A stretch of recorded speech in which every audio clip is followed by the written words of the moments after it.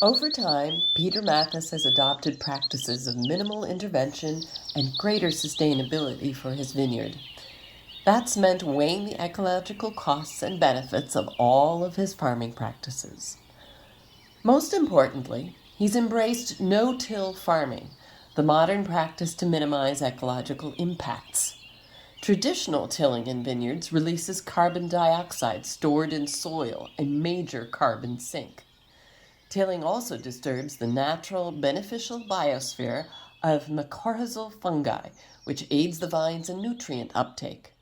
Less disturbance translates to less need of man-made fertilizers. Evaporative loss of water from soil is another good reason not to till. Undisturbed soil has a higher rate of water retention. But what of positive handprint actions taken at Mathis Vineyard? We get multiple benefits from planting clover between the vines as a cover crop. First, it has the ability to fix nitrogen and store it in their roots. Second, nitrogen is used by the vines and contributes to the natural fertilization process for robust vine growth. And third, the nitrogen taken up by clover and then the vines keeps it out of our atmosphere, reducing our greenhouse gas emissions. Other green efforts include use of an electric weed eater to trim grasses directly under the vines. And rather than use poison baits, Peter's installed an owl box. Owls can capture upwards of 2,000 rodents in a year. On the Mathis property, the wildlife buffet available to them includes ground squirrels, gophers, and moles. As you can see in this shot, these subterranean critters do their own thing at Mathis Vineyard, resulting in burrow holes like this one on the property.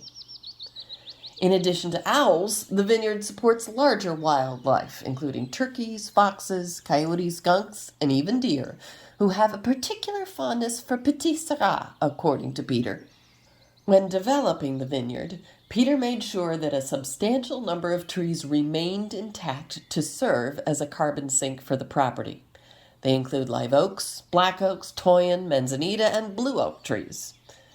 As a result of our efforts, there's a vast array of wildflowers thriving on the property, including wild irises, sweet peas, clover, poppies, daffodils, yellow sunflowers, and many others. And those critters? I spotted one about 75 feet away a few days ago, but maintaining a steady camera hand on it was not something I could pull off at the same time. Earth Day began 51 years ago as a way to bring attention to the resources we've been using up on the planet.